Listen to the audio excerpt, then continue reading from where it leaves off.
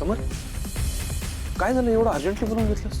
हो ना, आणि इतक्या ऑड वेळेला बोलवलंस म्हटलं काय झालं म्हणून मी पण आले सुद्धा. काय झालंय काय? आनंद, मला सांग, त्या वृद्धाश्रमावरती बुलडोझर नक्की अंशुमनने चालवलाय माहितीये तुला? हो, मी सांगितलं ना तुला. एक मिनिट, काय काय नक्की काय झालंय? नक्की अंशुमनचं नाव त्यांनी सांगितलं का दुसरं अजून कोणतरी होतं? नाही, स्पेसिफिकली फक्त अंशुमनचंच नाव घेतलं होतं, बाकी कोणाचं नाही. पण काय झालंय काय नक्की? आज पहिल्यांदा मी त्याच्यावरती हात उचलला निकिता. काय?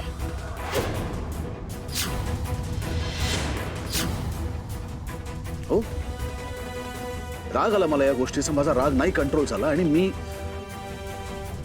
अंशुमनवरती हात उचलला. पण मग मला सांग, काय म्हणाला तो? त्यानेच केलंय नाही सगळं? अंशू मला म्हणाला त्याला काहीही माहिती नव्हतं. त्याला वृद्धाश्रम तिथे आहे हे देखील माहिती नव्हतं. समर म्हणजे बुलडोझर तिथे पाठवण्याआधी तिथे वृद्धाश्रम आहे हे त्याला माहित नव्हतं असं त्याचं म्हणणं आहे. आणि तुझा विश्वास आहे त्याच्यावर? तो म्हणाल ना, मग पाया पडला माझ्या, रडत होता थाय मुकून. मग मला का असं वाटेल की तो माझ्याशी खोटं बोलेल? समर, सॉरी टू से, पण तू तुझ्या घरच्या लोकांवर जरा जास्त. निकिता, बस बस निकिता, यापुढे काही शब्द नाही. माझ्या कुटुंबातल्या एखाद्या व्यक्तीबद्दल मी निगेटिव्ह ऐकून घेऊ शकत नाही.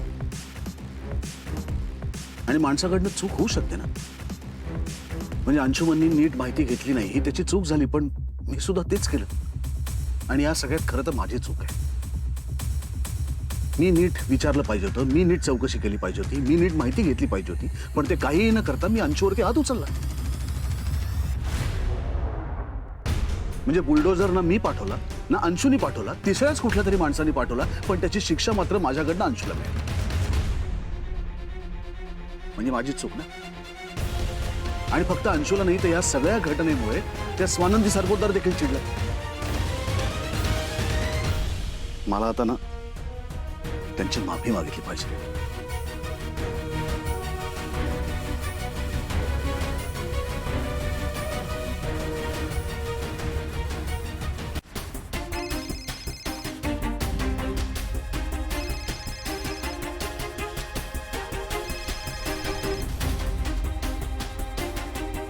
बोला.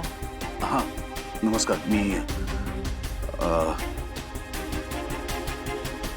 मला बोलायचं होते 2 मिनिटं. ऐकते, बोला. सॉरी, आमच्याकडनं खरंच खूप मोठी चूक झाली. आम्हाला त्याच्यासाठी माफ करा.